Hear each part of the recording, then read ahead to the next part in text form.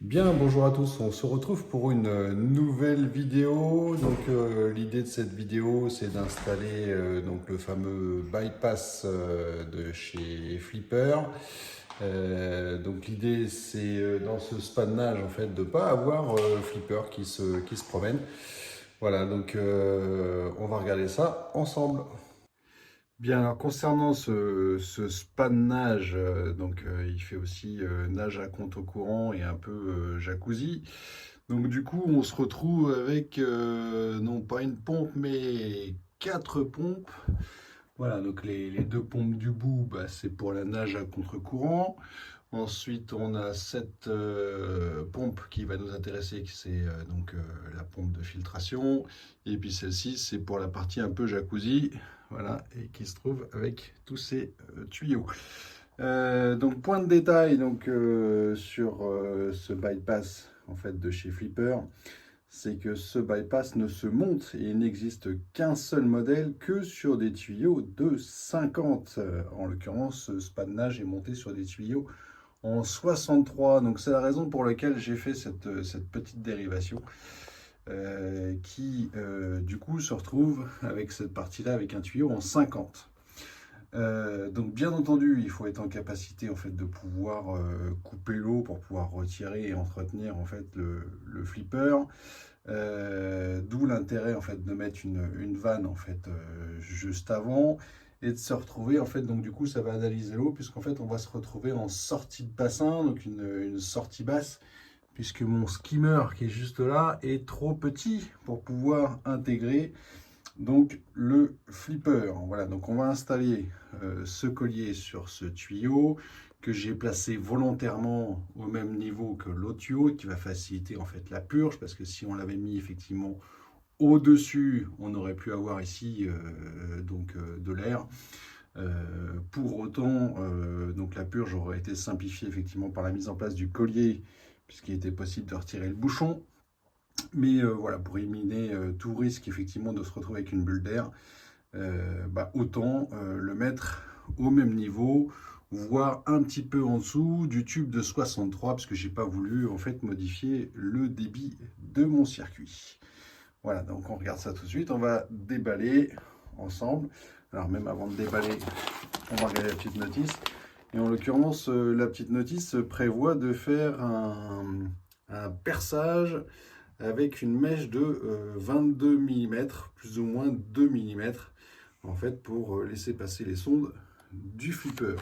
En l'occurrence, en fait, les mèches à bois tout à fait classiques dans ce boîtier. Bon, c'est un peu rouillé, hein, mais voilà, en fait, la taille 22, c'est justement le plus grand de ces modèles. Donc, c'est un format de perçage qui est assez classique.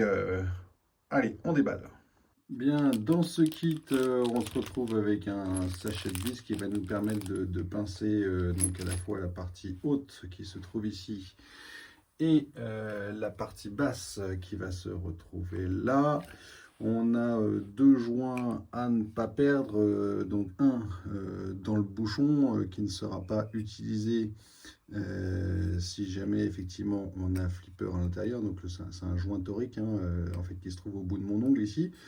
Voilà, et on en a un autre, il faut bien vérifier effectivement sa présence et le fait qu'il soit bien installé, puisque c'est ce qui va venir faire l'étanchéité sur le bouchon, donc un joint qu'on retrouve ici. Voilà.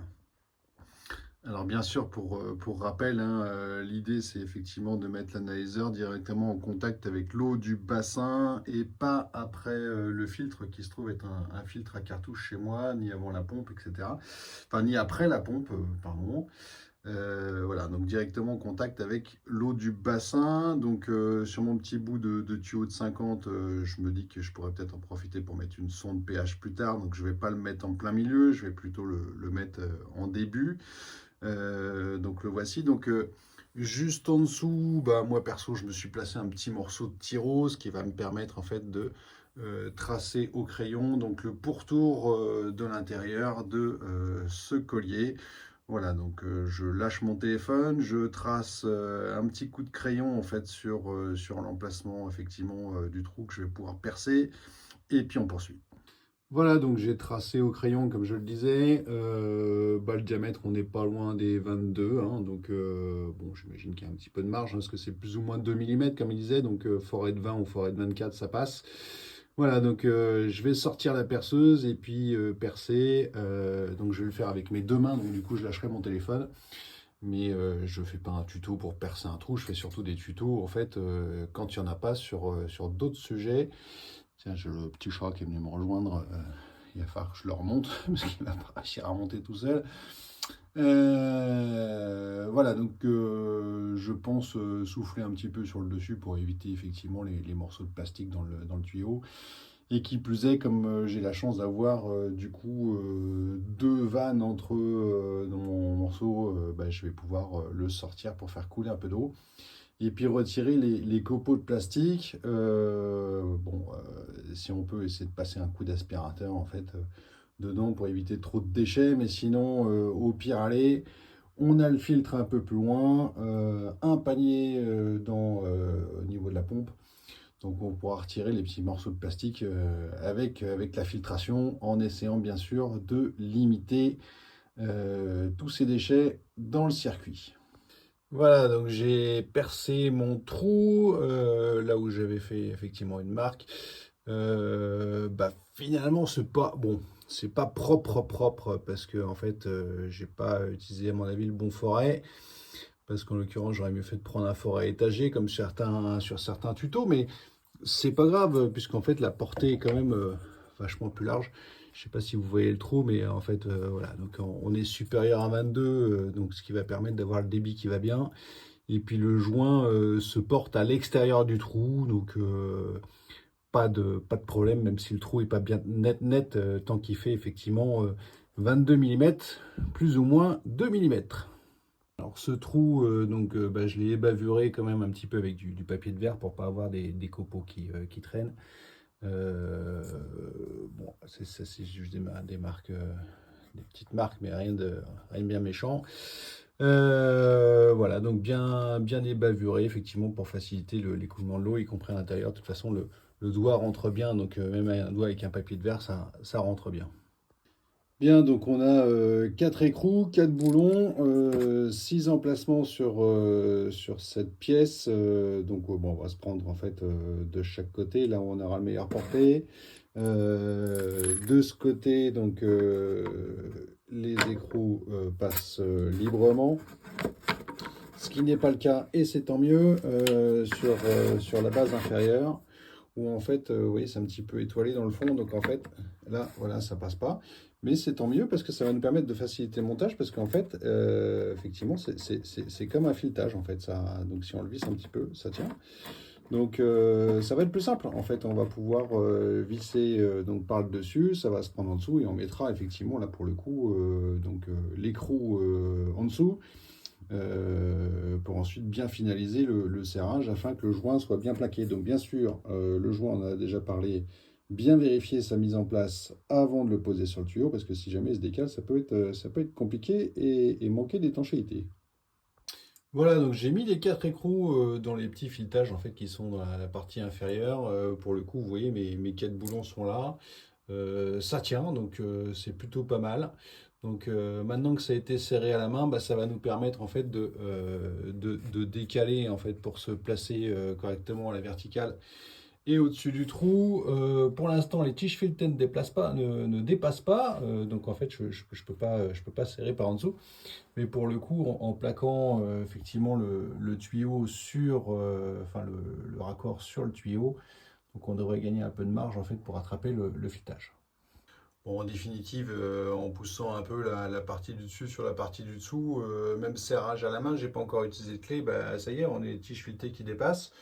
Donc on va pouvoir mettre les écrous sur ces boulons, et écrous qui vont rapidement, à mon avis, prendre place dans les empreintes qui sont en dessous. Bien sûr, bah, je me suis assuré en fait d'être en face du trou. Et puis voilà, installation presque terminée. Voilà, donc serrage terminé. L'idée, bien sûr, c'est de serrer ça au fur et à mesure, hein, pour pas avoir. Bon, là, j'ai une petite différence d'écart entre là et de l'autre côté. Mais voilà, l'idée, c'est que ce soit pas complètement de travers et qu'on n'ait pas un truc, un serrage à fond d'un côté et puis pas de l'autre. Voilà, donc là, parce que là j'ai un tout petit écart, vous le voyez peut-être pas trop sur la vidéo. Donc j'ai remis le bouchon parce que en fait, bien sûr, il faudra mettre Flipper qui est là, mon ami. Une fois que j'aurai mis de l'eau dans le bassin. Voilà, et puis après, j'espère que ça fonctionnera bien en fait pour cette mise en eau qui me donne bien toutes les explications parce que je suis pas un expert en piscine.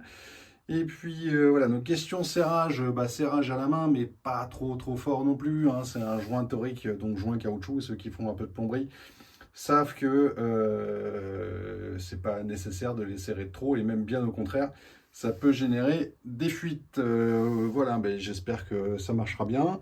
Et puis si ça fonctionne bien, et on passera peut-être au hub, hein, et j'aurai peut-être le plaisir de vous faire cette vidéo sur l'installation d'un hub pour pouvoir lancer au choix, donc soit la filtration, soit la pompe pH ou autre chose.